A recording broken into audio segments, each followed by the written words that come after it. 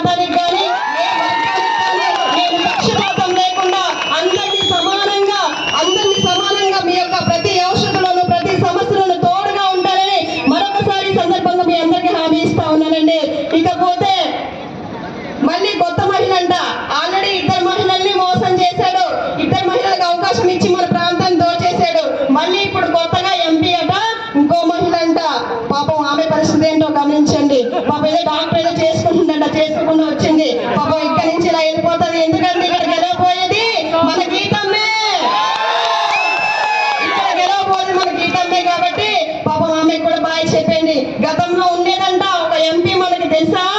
పక్కనే సరబన్న బాల ఉంట గాని ఆమె పేరు గాని ఆమె ఊరు గాని ఎవరికైనా తెలుసా? తెలీదు. ఒక్క అభివృద్ధి పథకమైన చేశారా?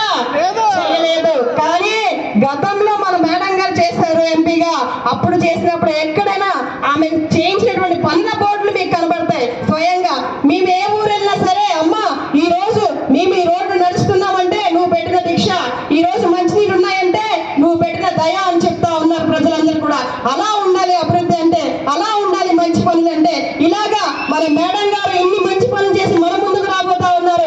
రాష్ట్రంలో పరిస్థితులన్నీ చాలా దారుణంగా ఉన్న రీత్యా మనము మన రాష్ట్రం ఆర్థికంగా బలపడాలి. మన రాష్ట్రానికి అనేకమైనటువంటి ఫ్యాక్టరీలు కంపెనీలు రావాలంటే మనకి కేంద్రం సపోర్ట్ కావాలి. ఆ విధంగా కేంద్ర ప్రభుత్వంతో మనం పొత్తు ఏర్పాటు చేసుకోవడం జరిగింది. మన మోడీ గారు మనకు పూర్తి మద్దతు కూడా తెలపడం జరిగింది. అదేవిధంగా మన తెలుగుదేశం పార్టీ కష్టాల్లో ఉన్నప్పుడు మన పవన్ అన్న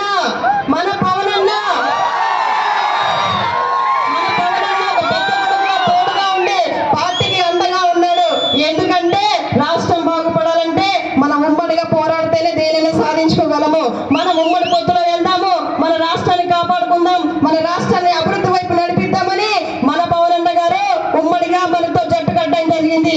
ఈ విధంగా 3 పార్టీల పొత్తు మీద తెలుగుదేశం, జనసేన, బీజేపీ ఉమ్మడిగా ఎన్డీఏగా ఏర్పడి ఈ రోజు మీ ముందుకు రావడం జరిగింది.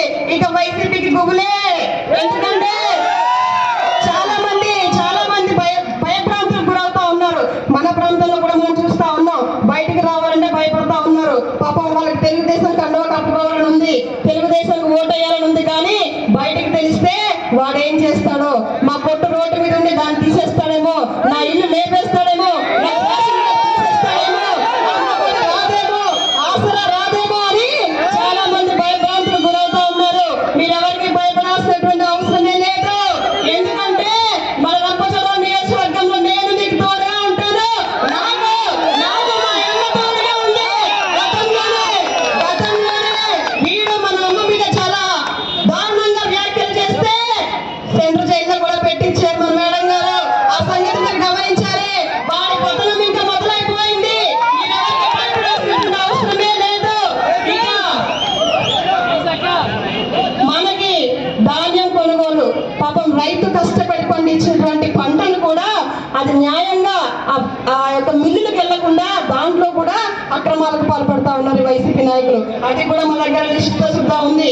ఇలా చాలా అక్రమాలకి వైసీపీ నాయకులు అనే వాళ్ళు పాల్పడతా ఉన్నారు. కాబట్టి మీరే గమనించాలి. ఇలాంటి తరాలకు, ఇలాంటి అక్రమాలకు పాల్పడేటువంటి వారికి మనం అవకాశం ఇద్దామా, లేదా మన ప్రాంతం అభివృద్ధి లక్ష్యంగా పనిచేస్తామని ముందుకు వచ్చినటువంటి ఒక సాధారణ మహిళకు అవకాశం ఇస్తామనేది మీరే ఆలోచించుకోవాలి. మరొకసారి చెప్తా ఉన్నాను. మన చంద్రబాబు నాయుడు గారు అధికారంలోకి రాగానే మనకి సూపర్ 6 పథకాలనే పెట్టడం జరిగిందండి. ప్రతి మహిళకు ఉచితంగా బస్సు ప్రయాణం, ప్రతి కుటుంబానికి 3 గ్యాస్ సిలిండర్లు, ప్రతి మహిళకు 18 నుంచి 59 సంవత్సరాలు కలిగినటువంటి ప్రతి మహిళకు నెలకు 1500 రూపాయలు ఆర్థిక సహాయం అందిస్తారండి. ప్రతి రైతుకు ఏటా పెట్టుబడి కింద 20,000 రూపాయలు మనకు అందిస్తారు. మొదటి సంతకం డిఎస్పీ తీస్తారు.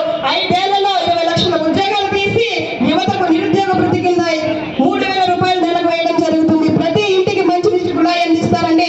బీసీలకు రక్షణ చట్టం తెచ్చి వారికి అన్ని విధాలుగా తోడుగా ఉంటామని హామీ ఇచ్చారు మన చంద్రబాబు నాయుడు గారు. ఇక మీరే దేనికి భయపడాల్సిన అవసరం లేదు. చాలా మంది అంటా ఉన్నారు ఈ అమ్మాయి ఎస్టీ అంట, గిరిజనేతలకు వ్యతిరేకమని మాట్లాడుతూ ఉన్నారు. అంటే ఇలాంటి వ్యాఖ్యలు చేస్తా ఉన్నాడు ఈ ఎమ్మెల్సీ అనంతబాబు. అంటే మనలో